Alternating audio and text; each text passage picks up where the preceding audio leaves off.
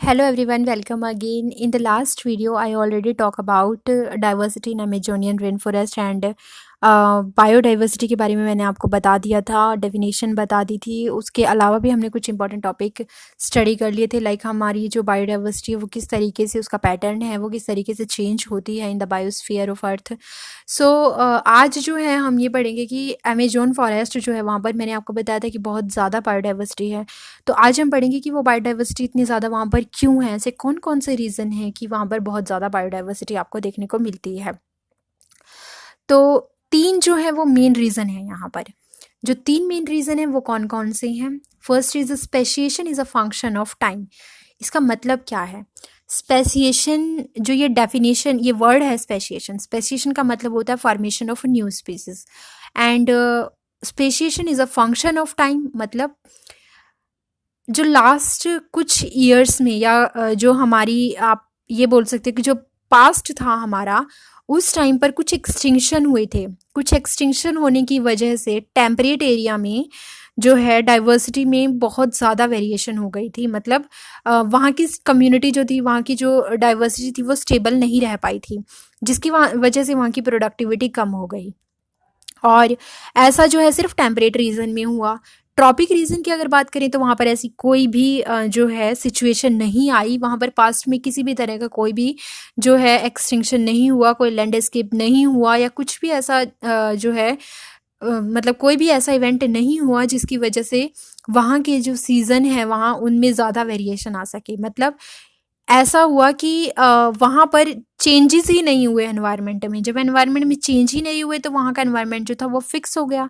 और जब environment fix हो जाता है तो वहाँ की जो कम्युनिटी है, वहाँ की जो स्पीसीज़ हैं, वो उस एनवायरनमेंट के अकॉर्डिंग अच्छे से अडेप्ट हो पाती हैं। और जब अडेप्टेशन अच्छी होगी तो ऐसी कंडीशन में कंपटीशन कम होने की वजह से या कंपटीशन में अच्छी तरह से सर्वाइव कर पाने की वजह से वहाँ की प्रोडक्टिविटी जो है वो इंक्रीज़ हो जाती है और इसी वजह से वहाँ पर रिचनेस बढ़ जाती है। तो यही मेन रीज़न है कि ट्रॉपिक्स जो कि इक्वेटर के पास होते हैं वहाँ पर एनवायरमेंटल वेरिएशंस कम थी, जिसकी वजह से वहाँ का वेरिएशन कम होने से एनवायरनमेंट फिक्स हो गया। और एनवायरनमेंट फिक्स होने की वजह से जो स्पीसीज़ हैं वो स्टेबल हो गई और स्टेबिलिटी से प्रोडक्टिविटी इंक्रीज़ हो गई, which leads to the richness in biodiversity. So new species का फॉर्मेशन जो है वो टाइम के साथ होता है। जब वहाँ पर किसी तरह का वेरिएशन आता है तो नई स्पीसीज बनती है, और नई स्पीसीज बनती हैं तो जिसकी वजह से जो बायोडाइवर्सिटी है वो बढ़ने लग जाती है। तो ये इसमें लिखा हुआ है कि speciation is a function of time. जैसे जैसे टाइम बढ़ता है स्पीसी एनवायरमेंटल फैक्टर चेंज होते हैं, और एनवायरमेंटल फैक्टर चेंज होने से स्पीसीज़ का फॉर्मेशन होता है।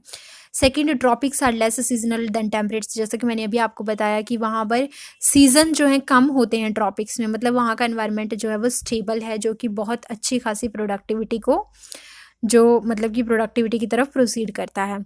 Third one is more solar availability. In the tropic region there is more solar availability, so more productivity and increases diversity. This is direct effect, sorry this is indirect effect. ज़्यादा solar variation, solar availability होगी तो उसकी वजह से productivity बढ़ेगी, और productivity जो है डाइवर्सिटी की तरफ लीड करती है। तो इसीलिए ये एक इनडायरेक्ट फैक्टर है, but it includes in the causes of high diversity in the tropics. अब मैं आपको एक कर्व बताती हूँ जो एनसीईआरटी में दी हुई है, that is species area relationship. एक बायोलॉजिस्ट थे अलेक्जेंडर वॉन हम्बलडोर्ट। इन्होंने क्या किया, इन्होंने स्पीसीज रिचनेस के लिए एक ग्राफ दिया, एक कर्व दी इन्होंने।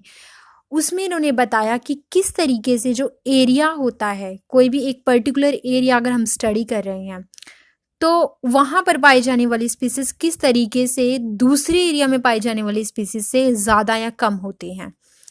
तो इन्होंने कहा, जब इन्होंने क्या किया, ये अमेजोन फॉरेस्ट में गए और इन्होंने थोड़ा थोड़ा करके एरिया को बढ़ाना स्टार्ट किया जैसे जैसे ये स्टडी कर रहे थे। मतलब पहले इन्होंने कुछ एरिया लिया और वहाँ पर जो डाइवर्सिटी थी उसको इन्होंने स्टडी किया। फिर उन्होंने अपने एरिया की रेंज बढ़ा दी। इन्होंने जैसे ही एरिया की रेंज बढ़ाई तब इन्होंने देखा कि जो स्पीसीज़ की डाइवर्सिटी है वो बढ़ गई है। इन्होंने फिर से और जो कंपैरिजन के लिए और स्पीसीज़ बढ़ा दी, और एरिया बढ़ा दिया। फिर इन्होंने देखा कि स्पीसीज़ जो है वो अब और ज़्यादा बढ़ गई है। फिर इन्होंने और ज़्यादा बढ़ाया, लेकिन फिर एक लिमिट आ गई। ऐसे में इन्होंने एरिया तो बढ़ाया लेकिन वहाँ पर स्पीसीज जो थी वो बढ़ नहीं रही थी, मतलब उसकी एक लिमिट आ चुकी थी। तब इन्होंने एक कर्व दिया, इन्होंने ग्राफ दिया। According to him species richness increases with increasing area up to a limit. ये एक बहुत इंपॉर्टेंट जो है यहाँ पर लिखा गया है। स्पीसीज रिचनेस इंक्रीजेज, स्पीसीज की जो रिचनेस है वो बढ़ तो रही है विद इंक्रीजिंग एरिया, जैसे जैसे हम एरिया को एक्सप्लोर कर रहे हैं, एरिया को बढ़ा रहे हैं, but up to a limit, एक लिमिट तक। उसके बाद वहाँ पर हम एरिया कितना भी बढ़ा लें, स्पीसीज रिचनेस जो है वो बढ़ना बंद हो जाती है। इसके बेस पर उन्होंने एक इक्वेशन दी, that is S equal to C A की पावर जेड। और जब हमने इसको लॉगरिदमिक स्केल पर स्टडी किया, then it got converted into log s is equal to log c plus Z log a। Power जो है वो फ्रंट में आ जाती है जेड log a। तो यहाँ पर इन्होंने जो इनके मीनिंग थे सिंबल्स के, इन्होंने क्या कहा कि s जो है वो स्पीसीज रिचनेस है, स्पीसीज रिचनेस।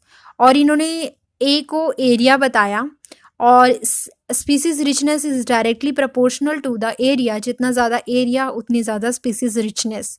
और यहाँ पर जब इन्होंने प्रोपोर्शनैलिटी का साइन हटाया तब इन्होंने कांस्टेंट लगाया, दैट इज सी। और z जो है यहाँ पर वो किस चीज़ को इंटरप्रेट करता है, that is slope of line, जिसको रिग्रेशन कॉफिशिएंट भी बोलते हैं। तो z is equal to slope of line और रिग्रेशन कॉफिशिएंट। ये मतलब इसका क्या है कि ये आप एक कर्व देख रहे हो यहाँ पर, ये जितनी ज़्यादा रेक्टेंगुलर हाइपरबोला की ये कर्व मैंने बनाई हुई है, जो हम्बलडॉट ने हमें बताई थी कि जैसे जैसे स्पीसीज रिचनेस, जैसे जैसे हम एरिया को स्टडी करते हैं वैसे वैसे स्पीसीज रिचनेस बढ़ती चली जाती है। तो उन्होंने एक रेक्टेंगुलर हाइपरबोला की एक कर्व बताई। तो ये जितनी ज़्यादा स्टीपर होती है, जितनी ज़्यादा ये मतलब मुड़ी हुई होगी, उतनी ही ज़्यादा क्या होगा, उतना ही ज़्यादा रिग्रेशन कॉफिशिएंट होगा, और उतना ही ज़्यादा रिग्रेशन कॉफिशिएंट इंडिकेट करेगा कि वहाँ की स्पीसीज रिचनेस उतनी ही ज़्यादा है। जब उन्होंने लॉगरिदमिक स्केल पर इसको स्टडी किया तो उन्होंने पाया कि ये एक स्ट्रेट लाइन आती है स्पीसीज रिचनेस और एरिया की। तो log s is equal to log c plus Z log a, ये एक स्ट्रेट लाइन को इंडिकेट करता है। और रेक्टेंगुलर हाइपरबोला तब बनता है जब हम इसको नॉर्मल स्केल पर स्टडी करते हैं, s is equal to C A की पावर जेड। तो जो z की वैल्यू थी वो उतना ही ज़्यादा मतलब ये वैसे भी स्लोप है लाइन का, तो ये जितना ज़्यादा स्टीप होगा उतनी ज़्यादा स्पीसीज रिचनेस होगी। तो इन्होंने डिफरेंट एरिया में जाके स्टडी किया, z की वैल्यू इनको डिफरेंट मिली डिफरेंट स्पीसीज के लिए। लाइक अगर जब ये कम स्टीपर था तो इन्होंने पाया कि स्पीसीज रिचनेस कम थी। जैसे इन्होंने नॉर्वे में जा कर के स्टडी किए, वहाँ के जो मोलस्क थे, इन्होंने नॉर्वे के मोलस्क को स्टडी किया, या कोलंबिया के बर्ड्स को इन्होंने जा कर के स्टडी किया। तो इन्होंने देखा कि कोलंबिया में बर्ड्स की स्पीसीज, तो इन्होंने ये मतलब कि पाया कि जो न्यूयॉर्क है उसमें मोलस्का की स्पीसीज़ जो है वो कम है। ऐसा क्यों है? ऐसा इसीलिए है क्योंकि वो एनवायरनमेंट उसके अकॉर्डिंग नहीं है, या फिर वो ट्रॉपिक्स से दूर है। तो ऐसी कंडीशन में इन्होंने देखा कि जेड का जो वैल्यू थी, जेड की वो थी 0.1, जेड की वैल्यू जो थी वो 0.2 से 0.5 तक थी। इस तरीके से इन्होंने चेक किया। जैसे जैसे जेड की वैल्यू बढ़ी, स्पीसीज रिचनेस बढ़ती चली गई। जब ये ट्रॉपिक्स की तरफ आए तो उन्होंने देखा, फ्रूगीवोरस बर्ड्स को उन्होंने स्टडी किया तो इनको मिला कि जेड की वैल्यू जो है फ्रूगीवोरस बर्ड्स के लिए वो 1.15 है।